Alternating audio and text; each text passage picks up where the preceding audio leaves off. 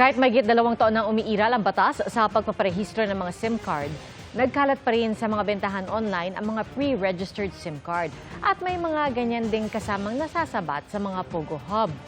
Ang giit ng isang senador, may mga hindi nagagawa sa pagpapatupad ng batas. Nakatutok si Darlene Cai. Bulto-bultong prepaid SIM cards at text blasters ang nakuha sa Pogo Hub na ito sa Pasay City, Kamakailan. Sabi ng PAOK o Presidential Anti-Organized Crime Commission, ang mga SIM card ay ginamit para makapang-scam. Yan ay sa kabila ng mahigit 2 taon ng pagpapatupad ng Republic Act 11934 o SIM Registration Act. Layo ng batas na makontrol ang pagbebenta ng SIM cards at irehistro ang lahat ng gumagamit nito sa layong pigilan ang mga text at online scam. Ang nakababahala, sa social media at online marketplaces, may nabibili pa ring pre-registered SIM cards. Obviously, marami pa talagang mga pre-registered SIM card na mga fake ang identities o laman o data doon sa loob ng registered SIM cards na yon. Ang nakakatakot kasi doon, yan po yung ginagamit ng mga magpupugo eh. Yan po yung ginagamit ng mga online scammers. Yan po yung ginagamit sa love scam tsaka sa online lending apps. Kaya ho, pag iniimbestigahan natin, blanco po yung investigasyon kasi po, minsan makakatapat ka during the investigation ng mga bogus na pangalan, bogus na address. So, wala na. Stop na ho yung investigation doon. Sinubukan namin gumawa ng mabilisang search sa online selling platform. Heto at hindi mabilang ang sellers na nag-aalok ng umano'y pre-registered SIM cards. Bultuhan pa ang bentahan ng iba. Kaya kailangan daw paigtingin ang pagpapatupad ng batas. Tulungan po ito sa implementation ng batas ng law enforcement agencies and yung mga telcos. Kailangan higpitan po siguro, dagdagan pa po natin ang mga safety nets pag nagpapa-register po tayo ng cards. Tapos po dapat every card may accountable pong person. Hindi po pwedeng ibenta ito ng bultuhan. Yan din ang sabi ni Senator Grace Poe, ang main sponsor ng SIM registration law. Halatang halata ay ang implementasyon, hindi nagagawa, hindi nahuhuli kaagad itong mga ito. Katulad niyan sa Facebook, ano ba naman yung tahakin sila, di ba? Merong mag-post na bibili, tapos ihulihin sila. Pwede naman magawa yun eh. Kung meron talagang political will or determination, pwede nating tanungin ng NTC sa susunod na interview kung meron na ba silang nakasuhan. Kasi alam naman natin kahit na may magaganda yung batas natin o yung mga parusa ay mabigat, kung wala namang nahuhuli, wala namang matatakot.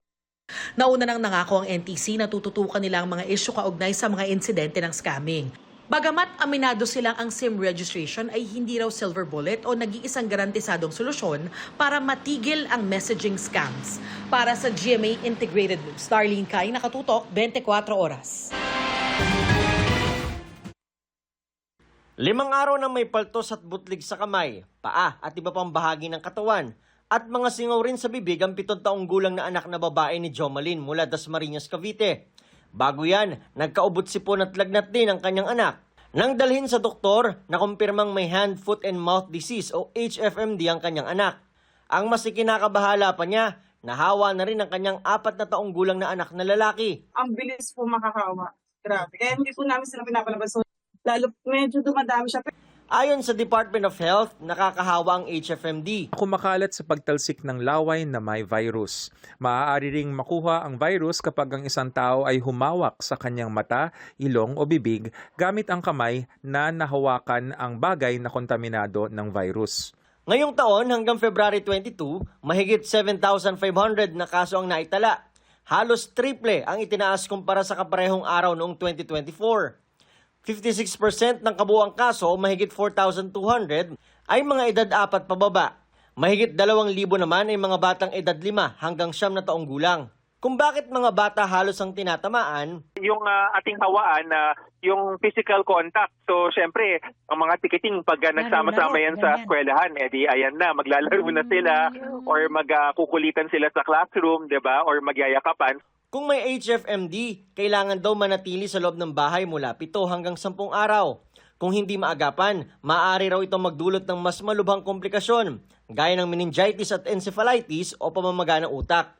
Para maiwasan ng HFMD, palagi maghugas ng kamay. Sa mga kaso ng dengue, ayon sa DOH, may bahagyang pagbaba. Ang mahigit 14,000 na kaso mula January 26 to February 8, 7% na mas mababa kumpara sa mahigit 15,500 noong January 15 to 25. Mababa naman daw ang mortality rate ngayon. Posible raw na marami na kasi nagpupunta sa ospital para magpatingin kaagad sa oras na makaramdam ng sintomas. May fast lane sa mga ospital ngayon sa mga posibleng tinamaan ng dengue. Para sa GMA Integrated News, Nico Wahe, nakatutok 24 oras. Wala umunong nababanggit si Pangulong Bongbong Marcos tungkol sa impeachment complaint laban kay Vice President Sara Duterte ang kay Palace Press Officer Undersecretary Claire Castro.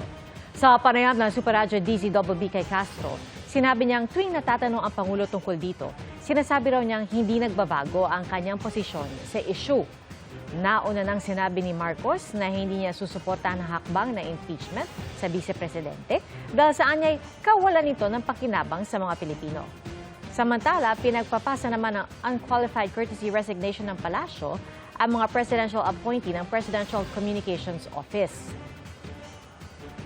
Ang kay Executive Secretary Lucas Bersamin, ito'y para bigyan si PCO Secretary J. Ruiz ng pagkakataon na magkaroon ng malayang pagpapatupad ng kanyang mga polisiya.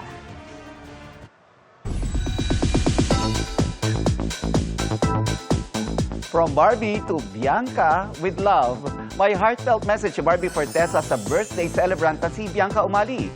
Inspiration daw si Bianca to be beautiful inside and out. Nireplaya naman ang sweet I love you message ni Bianca.